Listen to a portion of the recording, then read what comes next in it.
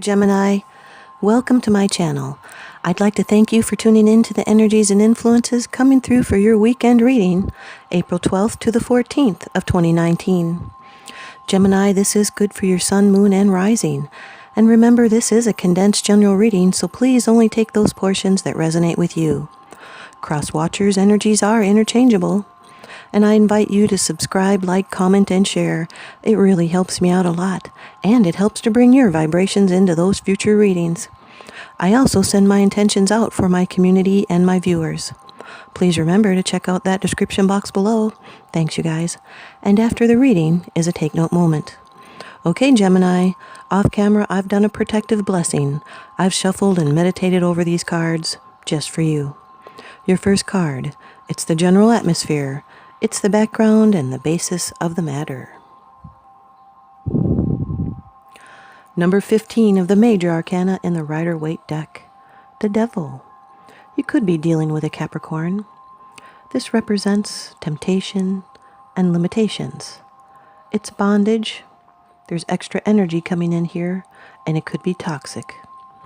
This is being chained by wrong choices, which leads to discontent and depression and illness. Could be a wrong use of force. It's bondage to the material. It's sensation divorced from understanding. This is a challenge of repression and of illusions. Could be an oppressive situation that's controlling you or a situation. It's illusions of helplessness, and this often represents a sexual relationship that has become obsessive or destructive. It can refer to a person with power over you, or overdoing something too much. Overindulging. This could be being ashamed or jealous.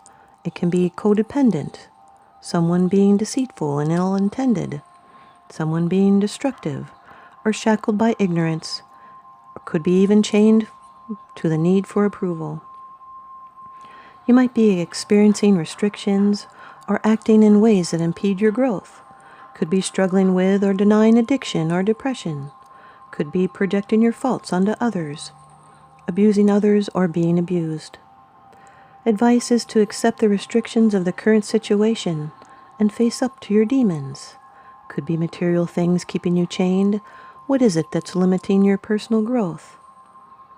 Could it be obsessive or harmful relationships? So confront your fears about financial security and social and material success. And advice is not to manipulate others to satisfy your own needs, instead of taking responsibility for yourself. Often there is a sexual component involved. It could have a harmful effect on your whole life. Or there could be a non-sexual relationship that binds you, and that you must end it before you can grow further. You are the only one who can change it by using willpower. Your second card, and this is the energy that's crossing over your path. The Four of Pentacles, Gemini. This is earth energy. This is holding on and being defensive in your comfort zone. You're being cautious and trying to have stability and balance, and you're conserving. You may have a fixed attitude that could limit and block new opportunities, but you're cautiously protecting your money and your boundaries. But the advice is to go with the flow because your foundation is firm. You're holding something back, but nothing ventured is nothing gained. Holding on to his gold, he risks nothing, nor does he gain. This can apply to anything you hold dear, also being a miser with your love and emotion as well as money. So take a risk and get things moving again. But bragging or fawning will not get you ahead, so be patient and cultivate your best talents. The advice is to be generous in your wealth and your spirit. You might be in danger of becoming too stingy or holding on too much to feelings and not letting go. This is being financially stable and frugal, self-protective and stubborn.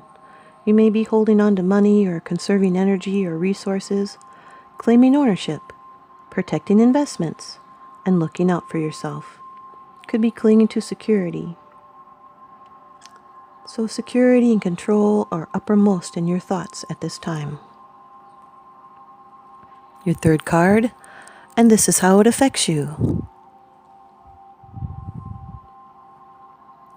The Queen of Wands, Gemini. This is a fire energy person. Could be a male or a female. This is an Aries, a Leo, or a Sagittarius. This is someone that attracts. They have faith and inspiration. This is a person that's both at home and nature loving. They're honest and practical. They attract. They have great power to attract what she wants. And they're fruitful in mind and body. This can indicate success in undertakings, love of home and growing things, kindness and generosity. This is love of life and eagerness for experience, a person that is wise and passionate. They approach life with such openness and faith that the world seems to take care of them. There's natural warmth and confidence here, and sexual magnetism.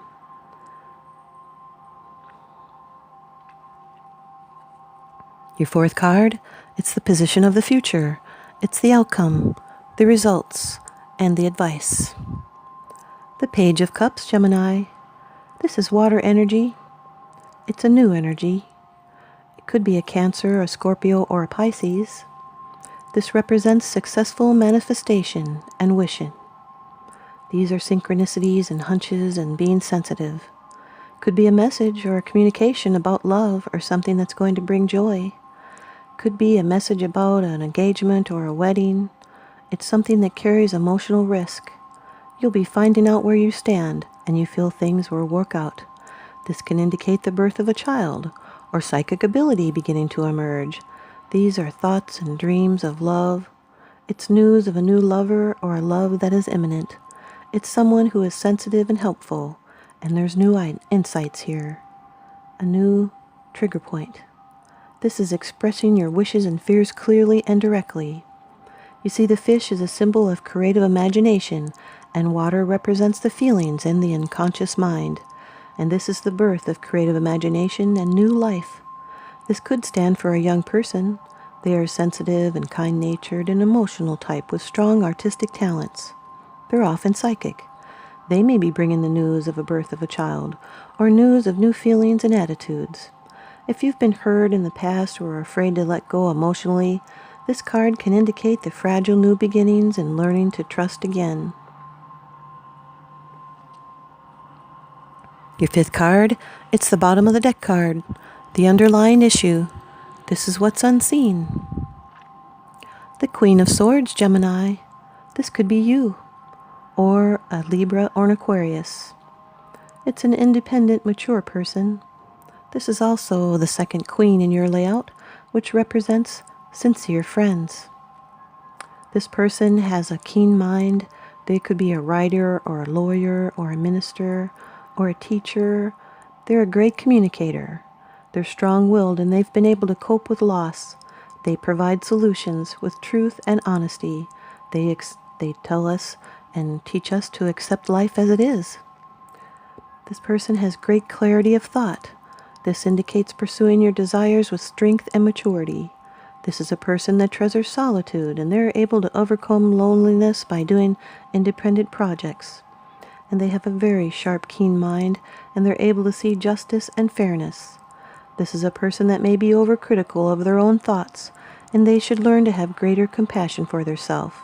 They've known loss and sorrow, and this experience has enhanced their wisdom, and they love to share their knowledge.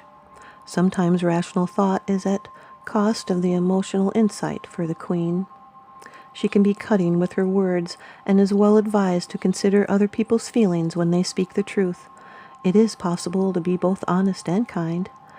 Professional counsel may be needed in this situation, so look for forthright and clear characteristics, and be clear in your decisions and your behavior, and make sure your point of view is thought through with sharp wit and self-possession. Stand by it.